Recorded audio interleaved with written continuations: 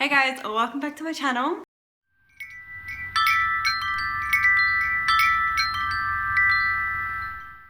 So, of course, this video is about Chain of Gold.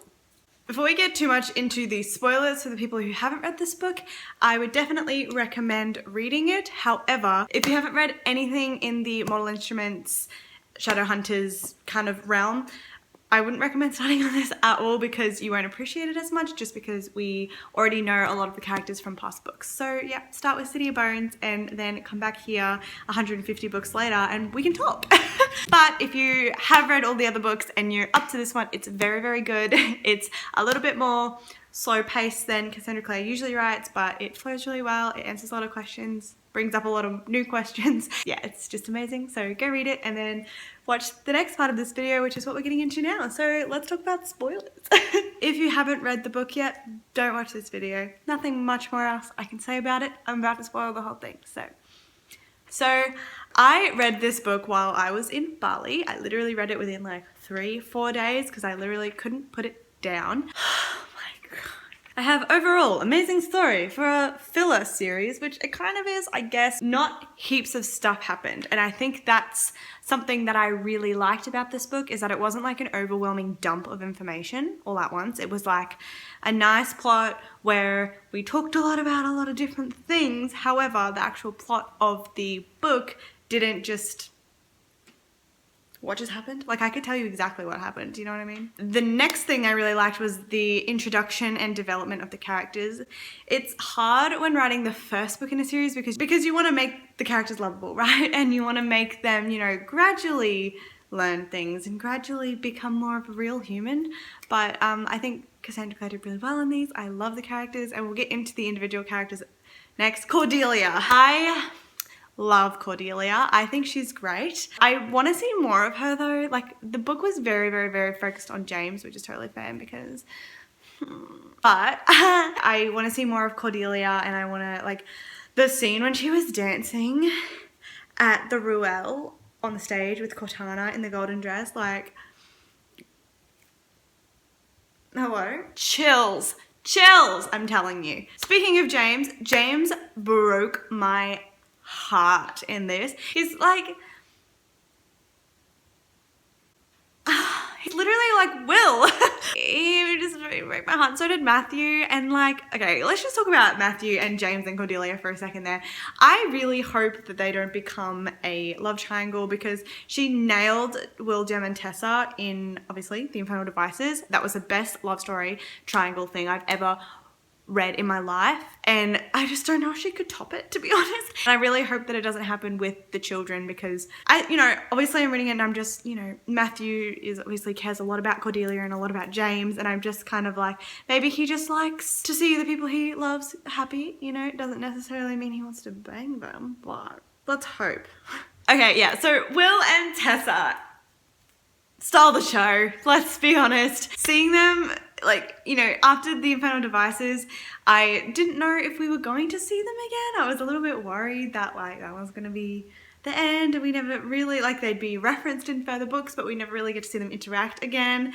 I don't know about you guys, but every time Jem, comes into his name, anything, I'm just like, oh my god, it's Jem. Oh my god, it's Jem. Have I told you about Jem before? If you don't know already, I love James Carstairs. I love Jem. I just love Jem so much. Will's grown up, but he's still a little bit mischievous, and Tessa's getting a bit more wise and all of the things. And then of course we get a bit more of how life was like when Jem is a silent brother, when Will is alive, because obviously at the end of The Infernal Devices, Will does that really annoying thing where he dies, and it's really frustrating for everybody. Jem in any book, I love Jem. I just really love Jem. So let's talk about the shipping for a little minute, because Cassandra Clare did release a family tree, but she said that it lied to us, and I'm not really sure where, but obviously Cordelia and James get together in this triangle. I'll put it on the screen so you guys like actually know what I'm talking about. Jessie and Lucy get together apparently, and I can see that and I totally like that, but you know, I also do kind of ship her with Matthew because there was a little bit of something going on there. So I did also just want to make this little insert and just quickly talk about a couple more of the matchings I've just noticed as I'm editing this video. For example, Christopher and Grace, like, excuse me? And like I said, I know she said she was lying on some of this, but I don't know what to trust at this point, and it's very concerning, sort of. Anyway, we'll see the character development, hopefully. But oh my god. And yeah, there's like a bunch of different things on this tree, as you can see. Have a little explore of it, that I'm kind of hesitant to believe because it could be too good to be true. So there's a few new concepts that were kind of introduced in this book. For example, there was talking a little bit more about black magic and a little bit more about how ghosts work, because I was a little bit unsure as to how ghosts really work. And you know, obviously we've had a little bit of necromancy in The Dark Art of Isis with Emma and Julian and Malcolm Fade and all that, but Tatiana Blackthorne obviously is trying to bring Jessie back to life, and there was that whole last breath thing, and James was like about to have his last breath, so they used Jessie's last breath, and then now Jessie can't go back to life. But obviously if Jessie and Lucy are together, then he must come back to life, and it's just She said that it lied to us. I know she said she was lying on some of this. it's a lot, okay?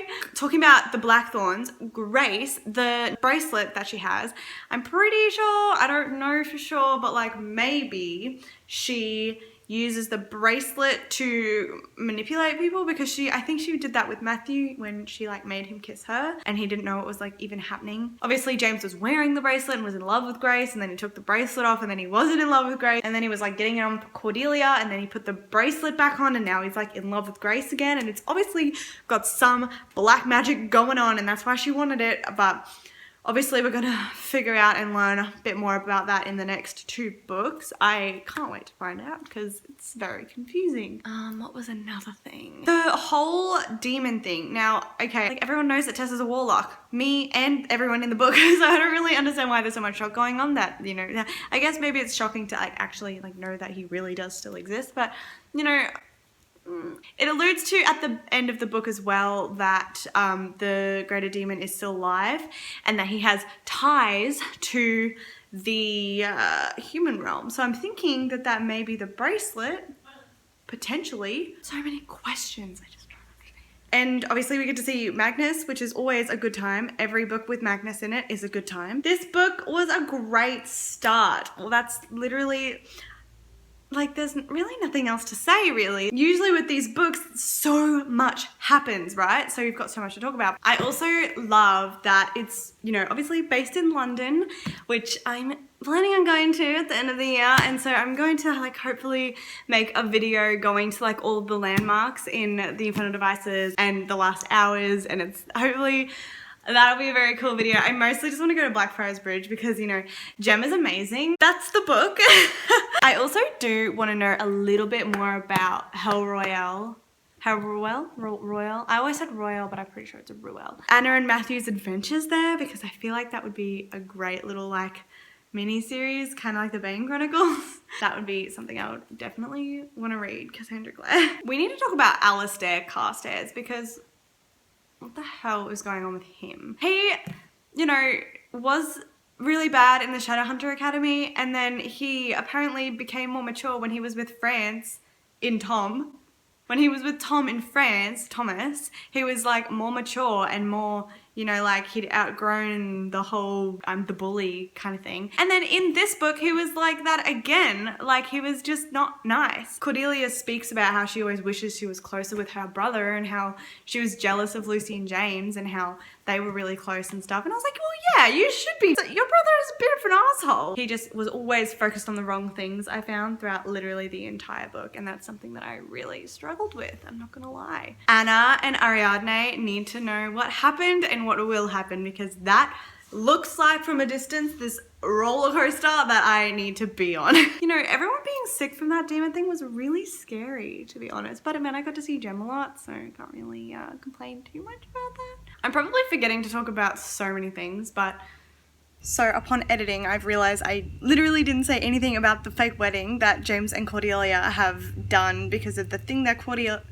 I keep wanting to call her Cordial. After that thing that Cordelia said in the meeting to save James because of the lie that they were spinning, and then they were getting married because James wanted to be with Grace and Grace was going to divorce Charles, and it was all a big mess. But Cordelia is very in love with James, and I don't understand how Cordelia is actually physically doing that, because I literally I would have had to excuse myself from so many of the situations that Cordelia just was okay in because they were friends, I guess. But like, even so, when you feel like that way that she feels about James, about someone, I don't know how she was just able to be like, yeah, okay, let's get fake married. I would have had to be like, sure, okay, I'll see you later, or like, okay, I need a minute, or something like that. Like, how? That's my thoughts. So this is probably just going to be an insert at the end of the Chain of Gold book review. Hello, how are you? This is the day that I'm receiving the book, and I just wanted to say that it looks absolutely stunning. It's so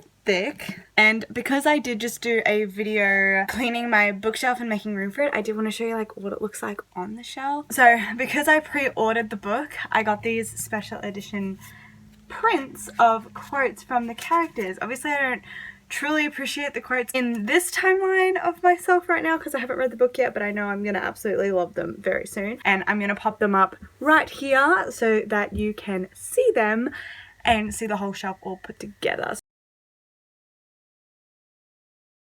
That's what the shelf is currently looking like. Super happy with that. And then off to the side here, of course, is the prince, which also looks pretty damn freaking cool.